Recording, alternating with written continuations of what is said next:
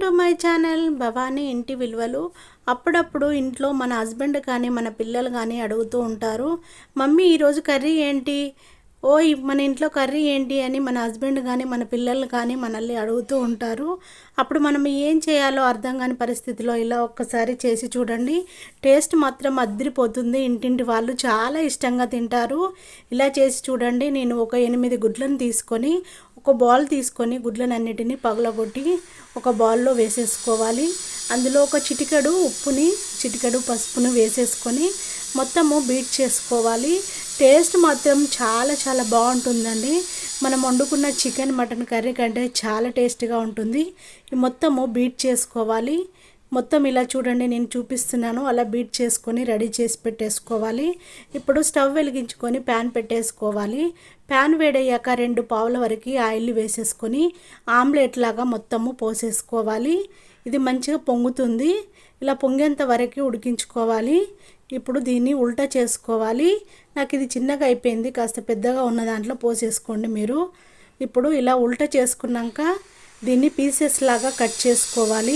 ఇందులో ఏముంది వింత, మనము ఎగ్లోనే ఫ్రై చేసుకొని కర్రీ చేసుకోవచ్చు కదా అని అనుకుంటున్నారా? కానీ నిజమేనండి, వింతనేనండి. టేస్ట్ మాత్రం చాలా చాలా బాగుంటుంది.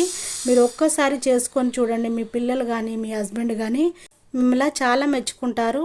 ఒక్కొక్క పీస్ని అంతా ఉల్టా చేసేసుకోవాలి. ఇలా మనం కట్ చేసుకున్నాం కదా, అన్నిటినీ ఉల్టా చేసేసుకోవాలి. స్టవ్ ఆఫ్ చేసుకోవాలి, మాడిపోతుంది. స్టవ్ ఆఫ్ చేసుకొని ఉల్టా చేసేసుకోవాలి ఒక్కొక్క దాన్ని. కానీ టేస్ట్ మాత్రం చాలా చాలా బాగుంటుందండి, నమ్మండి.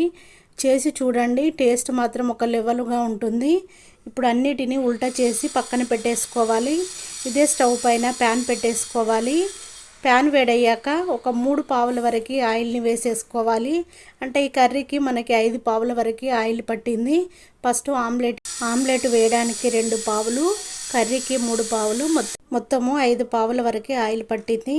ఇప్పుడు ఆయిల్ వేడయ్యాక ఆవాలు జీలకర్రని వేసేసుకొని రెడ్గా ఫ్రై చేసుకోవాలి. కట్ చేసి పెట్టుకున్న ఉల్లిపాయ ముక్కలని వేసేసుకొని దోరగా ఫ్రై చేసుకోవాలి. ఇప్పుడు కరివేపాకుని త్రుంచి వేసేసుకోవాలి. నాకు కరివేపాకు పెద్దగా ఉంది, నేను త్రుంచి వేసేస్తున్నాను. ఫ్రెష్గా రెడీ చేసి పెట్టుకున్న అల్లం వెల్లిగడ్డ పేస్ట్ని వేసేసుకోవాలి. పచ్చి వాసన పోయేంత వరకు ఫ్రై చేసుకోవాలి.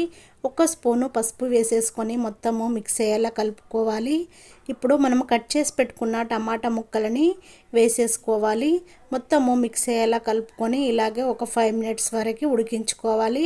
5 మినిట్స్ తర్వాత ఉప్పు కారాన్ని వేసేసుకోవాలి. మీ కారాన్ని బట్టి మీరు వేసేసుకోండి. మిక్స్ అయ్యేలా కలుపుకొని మూత పెట్టేసుకోవాలి. ఇప్పుడు మూత తీసుకొని ఒకసారి కలుపుకోవాలి. ఒక టీ గ్లాస్ వరకు వాటర్ని వేసేసుకోవాలి. మీరు కావాలనుకుంటే వాటర్ వేయకుండానే కర్రీ రెడీ చేసుకోవచ్చు. ఇప్పుడు మూత పెట్టేసుకొని మరొక 5 మినిట్స్ ఉడకనివ్వాలి.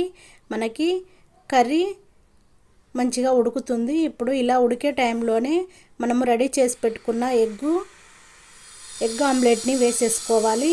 ఒక్కొక్క పీసెస్ లాగా అన్నిటినీ వేసేసుకొని ఒకసారి మళ్ళీ కలుపుకోవాలి.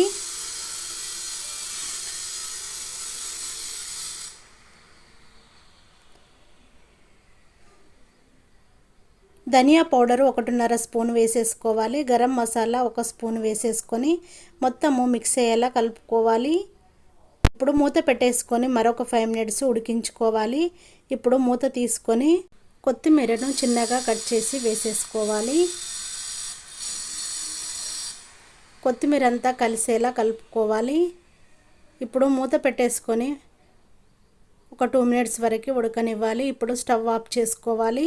మనకి ఎంతో టేస్ట్గా ఉండే ఎగ్ ఆమ్లెట్ కర్రీ రెడీ అయిపోయింది. చాలా చాలా టేస్ట్గా ఉంటుంది. చూడడానికి ఎంత బాగా కనబడుతుందో టేస్ట్ కూడా అంతే బాగుంటుంది. ఇలా చేసుకొని చూడండి, చాలా చాలా టేస్ట్గా ఉంటుంది. ఇప్పుడు 2 ఉల్లిపాయ ముక్కలను కట్ చేసి నేను గార్నిష్ చేస్తున్నాను. సైడ్కి ఇలా కొత్తిమీరతో గార్నిష్ చేశాను. చూడడానికి ఎంత బాగా కనబడుతుందో టేస్ట్ కూడా అంతే బాగుంటుంది. ఎగ్ ఆమ్లెట్ కర్రీ మీకు నచ్చినట్టయితే మీరు కూడా ట్రై చేయండి. మీ వాళ్ళందరికీ షేర్ చేయండి. నా ఛానల్ సబ్స్క్రైబ్ చేసుకోండి. బెల్ సింబల్ వస్తుంది, దానిపైన క్లిక్ చేస్తే ఆల్ అనే ఆప్షన్ వస్తుంది. Thank you for watching. నేను మీ భవానీ.